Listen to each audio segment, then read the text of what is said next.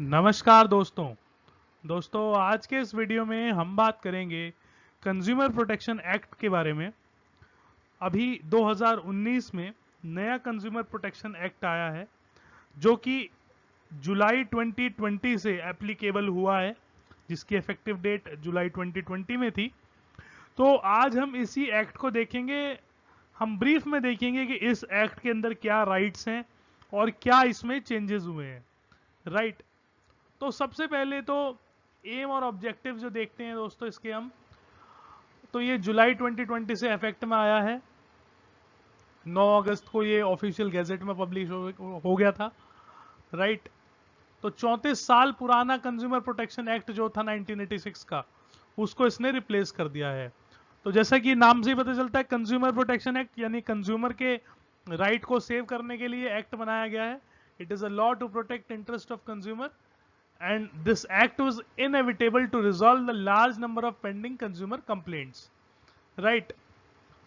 To save the rights of consumer by establishing authority for timely and effective administration, तो इसमें एक नई authority को क्रिएट किया गया है, तो वो हम देख लेते हैं। तो दोस्तों, इस एक्ट में सेंट्रल कंज्यूमर प्रोटेक्शन अथॉरिटी को क्रिएट किया गया है। ये एक सेंट्रल अथॉरिटी होगी जो कि protect, promote and enforce the right of consumer, ये इसका फंक्शन होगा। ये तीन इसके फंक्शन है: to promote the right of consumer, to protect the right of consumer and to enforce the right of consumer. The CCPA will regulate cases relating to unfair trade practices. इसको ये regulate करेगी। Misleading advertisement की आप complaint कर सकते हैं, and violation of consumer right. Right. तो ये इसकी चीफ जुरिस्डिक्शन होगी। राइट। ये इसका, इस अथॉरिटी का काम क्या है? The CCPA will have right to impose penalty on violators and passing orders to recall goods and withdraw services. तो ये इसकी पावर है। And discontinuation of unfair trade practices and reimbursement of price paid by the consumer in case of meeting unfair trade practice and misleading advertisement. तो ये इसकी power है, ये इसके फंक्शन है। The central consumer protection authority will have an investigation wing. एक इसकी investigation wing भी होगी that would inquire into violations. The CCPA will be headed by a director general. तो इसका एक, इसको हेड करने वाला जो ऑफिसर होगा, he would be equivalent to a director general. तो दोस्तों, कंज्यूमर प्रोटेक्शन एक्ट 6 राइट्स देता है कंज्यूमर को। It gives 6 right to the consumer. Right.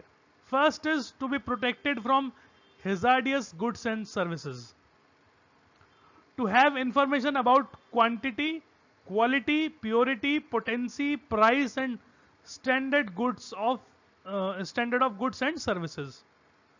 इसकी इंफॉर्मेशन उसको प्रोडक्ट पे जो कंपनी बना रही है वो देनी पड़ेगी। To have variety of goods and services at competitive price, to be heard and to be assured that consumer interest will receive due consideration, to be protected from unfair and restrictive trade practices and the right to consumer awareness। right। तो ये 6 इसमें right है।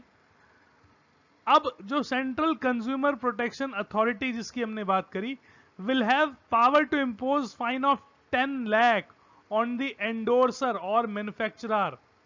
अब जैसे कि मान लीजिए कि कोई मिसलीडिंग ऐड करता है, जैसे जो कुछ एड्स होते हैं पतला होने के या फिर हाइट बढ़ाने के, इस तरह के बहुत सारे ऐड होते हैं।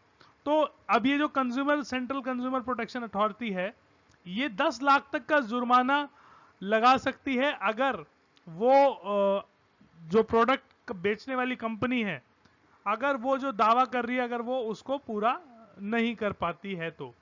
ऑन द एंडोर्सर यानी कि जो सेलिब्रिटी उसमें है, और manufacturer.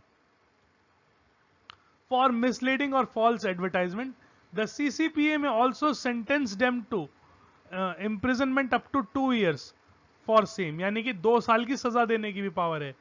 And in case of subsequent offence, और अगर ऑफेंस को दोबारा करती है कंपनी तो 50 लाख का जुर्माना और 5 साल तक की जेल सीसीपीए कर सकती है। तो आप देख सकते हैं कितनी वाइड पावर्स हैं सीसीपीए के पास नए कंज्यूमर प्रोटेक्शन एक्ट में। तो दोस्तों अब कुछ और हम इसकी फीचर्स देख लेते हैं।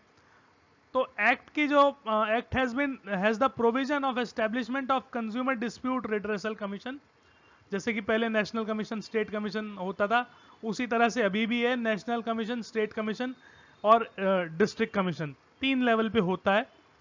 तो ये जो कंज्यूमर डिस्प्यूट रिड्रेसल कमीशन है, ये किस किस चीज पे काम कर सकता है? ओवर चार्जिंग या डिसेप्टिव चार्जिंग, अनफेयर और restrictive trade practices, sale of hazardous goods and services which may be injurious to life, sale of defective goods and services. अब जूरिसडिक्शन इसकी क्या है कंज्यूमर डिस्प्यूट रिड्रेसल कमीशन की? National जो consumer dispute redressal commission है उसकी वो जो कंप्लेंट सुनेगा वो वाली कंप्लेंट सुनेगा जो 10 करोड़ से ज्यादा की हैं। स्टेट कंज्यूमर रिड्रेसल कमीशन वो कंप्लेंट सुनेगा जिनकी वैल्यू 1 करोड़ से ज्यादा है बट 10 करोड़ से कम है। वह इसी तरह से जो डिस्ट्रिक्ट कंज्यूमर रिड्रेसल कमीशन है वो 1 करोड़ तक की गुड्स और सर्विसेज की कंप्लेंट सुनेगा। राइट। अब जो नया कंज्यूमर प्रोटेक्शन एक्ट है इसके अंदर ई कॉमर्स ट्रांजैक्शंस को भी इंक्लूड किया गया है, और कंज्यूमर का मतलब यह है any person who buys any goods whether through offline और online transaction, electronic means, tele shopping, direct selling और मल्टी लेवल मार्केटिंग, ये सब तरह का जो व्यक्ति है अगर इनकिन में से किसी भी तरीके से कुछ खरीदता है तो उसको हम कंज्यूमर समझेंगे। अगर वो किसी चीज को अपने पर्सनल यूज के लिए यानी उपभोग करने के लिए, उसको कंज्यूम करने के लिए खरीद रहा है तो हम उसको कंज्यूमर समझेंगे। अगर वो उसको रीसेल करने के लिए खरीद रहा है then he will not be considered as consumer and he will not have all these rights which we have talked about, and the Consumer Protection Act will not be applicable in those cases। तो दोस्तों उम्मीद करूंगा video आपके लिए useful होगा। देखने के लिए बहुत बहुत धन्यवाद।